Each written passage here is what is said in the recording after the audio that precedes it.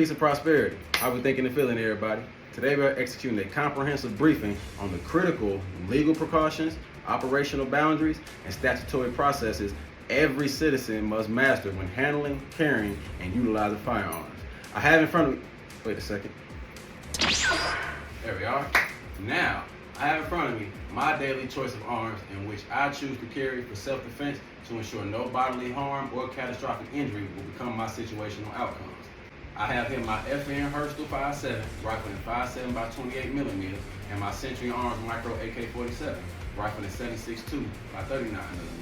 I remove each magazine and inspect each chamber to ensure there is no live ammo present for this briefing.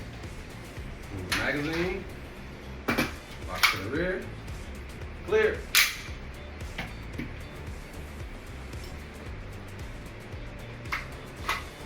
Remove the magazine. Clear. Now that we have verified both of my arms are clear, let's move forward. In the civil operating theater, mechanical safety and legal safety are completely inseparable. Just as a bullet cannot be recalled once it leaves the muzzle, a legal decision cannot be undone once you cross a statutory boundary. The foundational rule of citizen firearms ownership is simple. Ignorance of the law is an absolute liability. The legal system does not grant leniency for good intentions.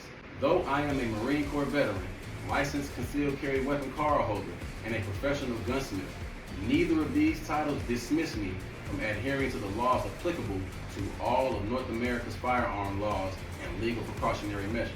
To operate safely as a responsible gun owner, it behooves us all to review federal, state, and local regulations, not as arbitrary restrictions, but as strict operational parameters that dictate your defensive perimeter every single day. Before we begin, I would like to share with the community that I am not an official attorney, and all of this content in this video is strictly for educational purposes only or lack thereof. Moving forward with handling and transportation of all arms. The moment you move a firearm from your private residence or personally owned vehicle into the public square, you trigger a complex matrix of transport laws. Federally, under the Firearm Owners Protection Act, if you are traveling through multiple jurisdictions, the weapon should be unloaded and it should be secured in a locked container completely separate from the ammunition and away from the driver's immediate access, such as the vehicle's trunk. Furthermore, if you are bringing a firearm into a professional gunsmithing shop or commercial retail space for maintenance, you must respect institutional border control. Never walk into an establishment with an exposed or unboxed firearm. The weapon must be encased, the action must be cleared, and you must yield completely to that specific shop's intake protocols. A gun shop is an environment managed under extreme mechanical awareness as well as extensive audio and video surveillance. Violating the intake procedures isn't just rude, this can easily be interpreted as a safety threat. That is not an issue you wish to afford in a stand-your-ground jurisdiction. You also never wish to brandish an unlawful display in any non-permissive prohibited open carry jurisdictions. When you transition from transport to active carry, whether open or concealed, we enter a minefield of jurisdictional variances. A concealed carry permit issued in your home state is not a universal passport. You must actively monitor reciprocity agreements before crossing state lines. What is perfectly lawful in one jurisdiction can instantly become a Class 1 felony carrying mandatory minimum prison sentences just a few yards across a state border.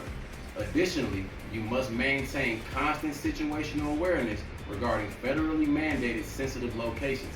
This includes post offices, federal buildings, school zones, secure airport tarmacs, and private businesses that post legally compliant signage prohibiting weapons. Legally, crossing these boundaries can constitute criminal trespass or a severe federal violation. You must also understand the concept of printing or accidental exposure.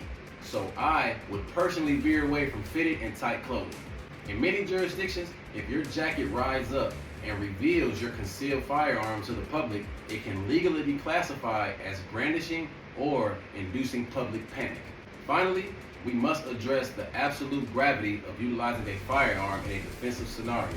The legal standard for the justifiable use of lethal force is extraordinarily narrow. To legally deploy a firearm in self-defense, you must satisfy 3 absolute components simultaneously: ability, opportunity, and jeopardy. The threat or threats must possess the actual physical ability to inflict death or grievous bodily harm. The threat or threats must have the immediate opportunity to execute death or grievous bodily harm. And you must be in imminent, unavoidable jeopardy. You absolutely should not use lethal force to protect mere property, nor should you use it as a retaliation after a threat has already retreated. The law views your firearm strictly as a tool of absolute last resort, to be introduced only when all avenues of safe escape have been completely exhausted. The moment a dynamic situation ends, your legal battle begins, and every round fired will be evaluated under the microscopic lens of a courtroom. True proficiency with a firearm requires equal mastery of both marksmanship and statutory law.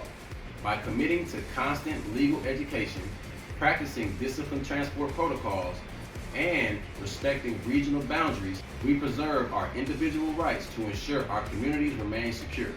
I highly recommend you check your jurisdiction firearms laws and guidelines in addition to this briefing. Again, I am not an attorney, and this video was for educational purpose only. Thank you all for tuning in. Stay informed, keep your loved ones safe. Until next time, Godspeed.